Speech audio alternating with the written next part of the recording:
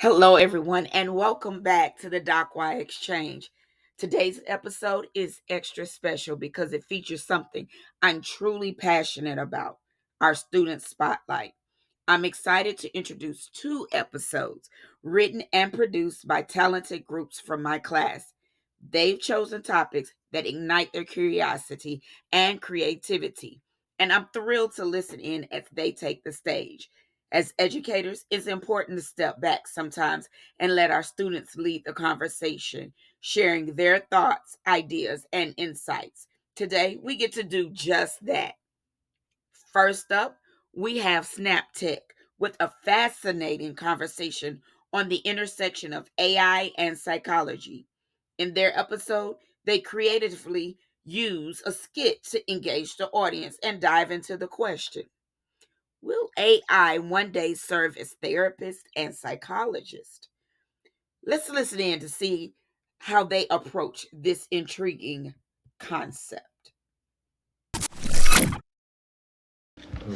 So, how you doing? I'm going. But it's not about me, man. What's going on with you? Well, I came into therapy today because I have a little bit of an issue.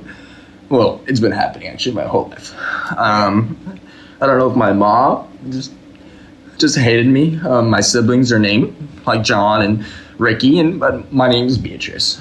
And I guess that's okay if I was like a female, but I'm 7'3", and it's sorry. It really just tackles everything in my life. Yeah. So tell me, how have people kind of been like treating you with this thing? Give me an example. You're typing a lot. I'm just adding things to your file. Okay. Well, one big example is the other morning I was in Starbucks, and what's your name? And they write it down on the cup. Of course. I told him Beatrice, and the barista looked at me and laughed and said, "What's your real name?" And I pulled out my ID, and I just couldn't help it but bawl. You're typing like a lot. I think you should be talking with me, but not typing. I feel like it's important to add stories like this to the file in case somebody asks about it, and so I have something to work off of in the future, so I know kind of more about you. Yeah, if someone asks about it, you can't say anything. It's kind of doctor. Well, no, I'm just saying between you and me, I have a lot of clients. Okay, can I finish with my story? Sure. Okay. So when I told her my name is Beatrice, she laughed. I pulled out my ID. I had a breakdown. She wrote down, and then she had the audacity to stand up and, "Beatrice, your drink is done." And when I stood up, I just couldn't help. You are actually kind of gonna make me mad because you keep typing. What do you? Oh my God, is that ChatGPT? No, I mean it's just think of it more as like it's literally telling you what to tell me right now. No, it's more like an assistant. Do you even have your degree? Yeah. Yeah. Scene. All right. All right. So, yes, that skit kind of was exaggerated. Yeah, but it's a bit exaggerated. But I really hope that that's not how it comes to. But it's But it definitely does express the idea: is AI gonna be used in a counselor v client situation? And if you don't think this is happening, it is. It is. We actually have some factual info to back it up. In the article, Can AI Support Mental Health Therapy? We have a study called Considering the Role of Human Empathy in AI-Driven Therapy. Now, in the study, we see that AI chatbots can also provide preliminary support in the absence of therapists by prompting self-reflective questions and facilitating emotion regulation in challenging scenarios. That is a quote from the study. Now, I would like to hear some opinions. The number one thing that I had in my head while we were going through that script, as Beatrice, of course, is that like a trusted source? Is your computer a trusted source? Because basically it's just an algorithm. It's saying, here is what's happening, and here's the blank answer.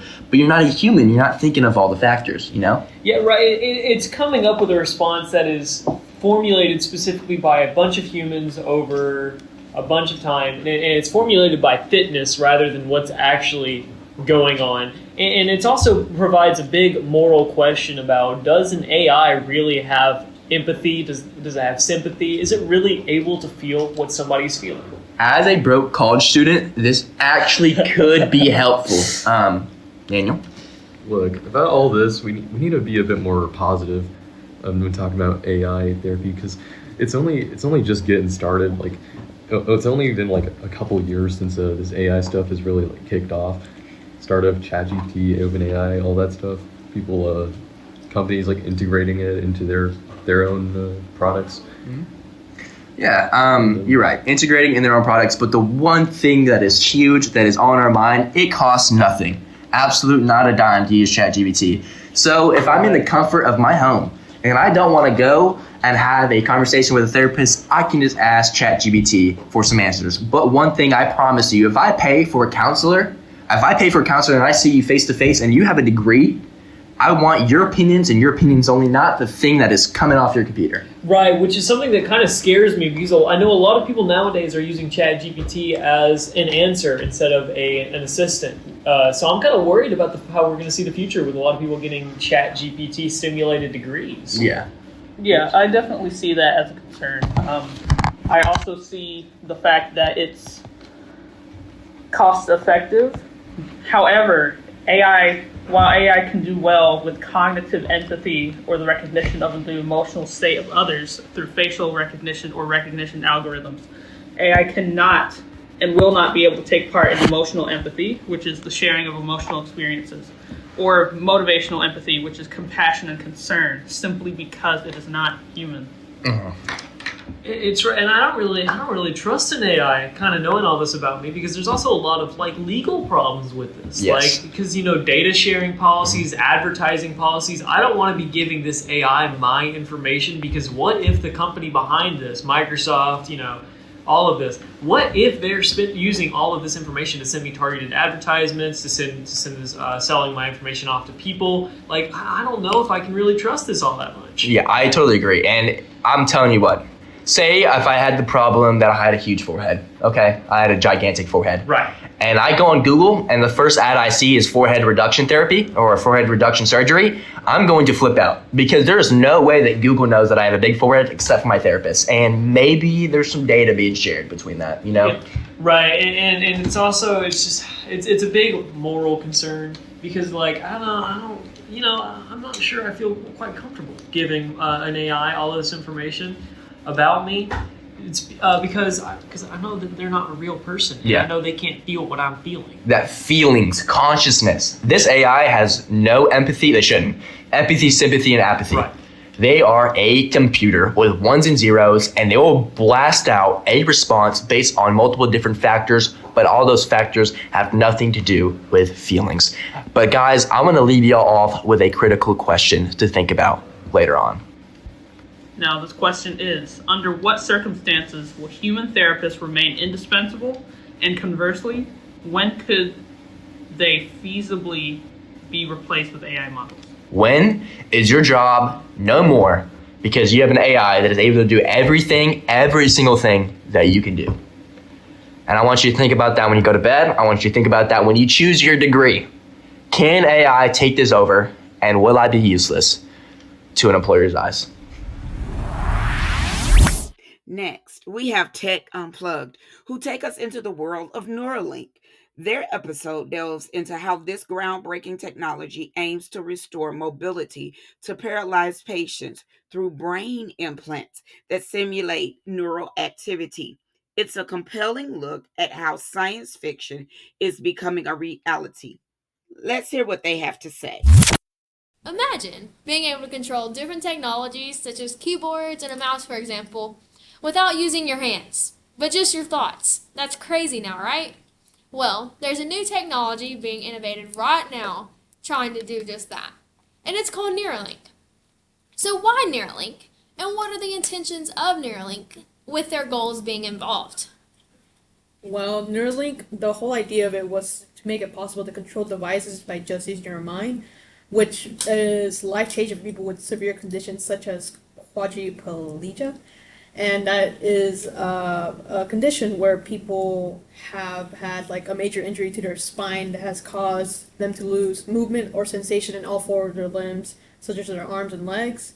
And this affects your nervous system and makes it hard to, walk, hold objects, or just feel sensation. So with the use of the Neuralink, it makes it possible to live fulfilling lives, like being able to use your phone and all that. That really makes the idea of Neuralink really cool because it's like it gives the opportunity back to those individuals who otherwise wouldn't have the opportunity because there wouldn't be a technology like this or emerging like this that has been thought of before. There was technology like this before, but it was only like surface level. Neuralink is considered a step up to the counterpart, which was a non-invasive BCI.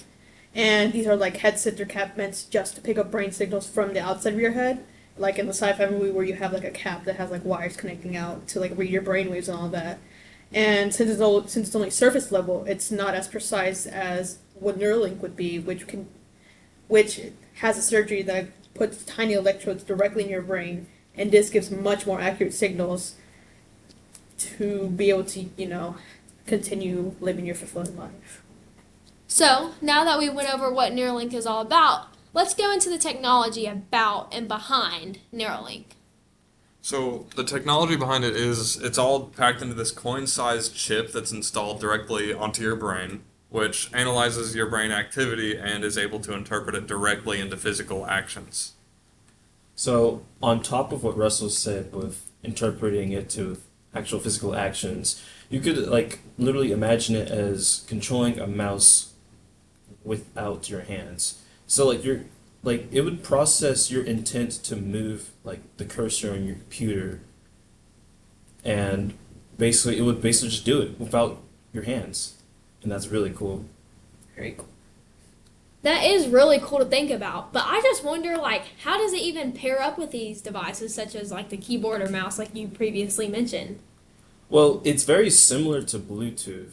So Neuralink has an app, and basically you just connect yourself with the app, and then basically you're able to move your mouse or basically anything you can do in a computer.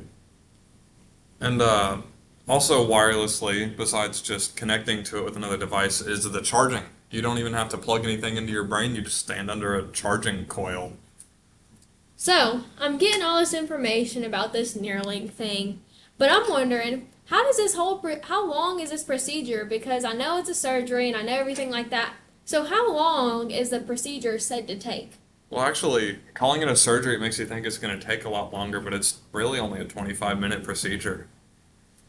And with it being like more invasive, like we previously mentioned about what Neuralink is about, since it is like a deeper level type of procedure rather than being on the surface, we were just wondering, like, what would the benefits be of Neuralink? If I'm going to go extent to get the invasive surgery, I would want to know the benefits of it. So what are the benefits of Neuralink? Well, it's actually better at reading your brain signals because it's quite literally in your brain. So comparatively to the headgear that you put in your head with nodes on it, that can only read like the signals from your brain that are like basically on the outer part of it, which basically would have like less accurate readings. Plus, it wouldn't be able to tell your intent, not fully, I'd say, compared to Neuralink, which, if you think about it, it would be committed into an action. Yeah, so after learning about all this information about Neuralink, then how it just uses a chip to a procedure using a chip within your brain to connect to different devices to be able to get motor skills back. How do you all feel about getting the Neuralink procedure? Would you want to do it, and what are your thoughts about it? I know me personally, I would be hesitant at first because it is an invasive procedure and it is dealing with my brain. But if it got to the point where I was unable to use my arms or legs, I definitely think I would go to the extent to get that surgery just because of how important it is to be able to like try and feel like you are a part of society and be able to live your life like everyone else around you. Well, I don't know about you guys, but I would not be hesitant at all. I don't think I'd want anything prodding inside my brain because that's such an important part of my body. Even if it were to help me and if I were disabled, I just wouldn't want anything in my brain, even if the surgery was safe. I'd probably want it when Neuralink was 100% proven to just be perfect and help me just everything out. Yeah. I kind of get that. For me, I think if I was in need, like I lost control of some limbs or something, I would be more likely to do it because I mean that's a major thing for me is being in control of my own body. But uh it's hard to put exactly how I feel about it into words, but yeah, I get that. For me, like if you gave me the option to take this procedure right now in this moment, I would probably say no, because I have no reasons to be using Neuralink. Like, it's cool and all to be able to control a cursor without your hands, but like, I think of Neuralink as like a means to basically regain parts of your body that you no longer have. So like, if I was in a situation where like I cannot use my arms, then I would certainly opt for the operation. Does anyone else have anything to add about Neuralink or any other opinions or thoughts about Neuralink and the activity? Really hope it improves because it does seem really like life changing, but right now it just seems too scary and dangerous in my opinion. Yeah, I'm excited to be a spectator. I don't want to be involved. I just Yes. want to see where it can go. I want to see what it can do. Me too. I think this can be really revelating in the future. Yes, sure. I think it does have some great technology coming with it that's very useful within our communities across the nation. So, thank you for joining Tech Unplugged on today's episode of Neuralink's Why and the technology behind it. A huge shout out to Snaptech and Tech Unplugged for their wonderful insights into the world of AI, psychology, and Neuralink technologies. And to our audience, thank you for tuning in and supporting our students. Your engagement means the world to us, and we'd love to hear your thoughts. Be sure to leave us a comment, share this podcast with someone else, share this episode with your students, and let them comment. Stay curious, stay inspired, and I'll catch you next time on the Doc Y Exchange.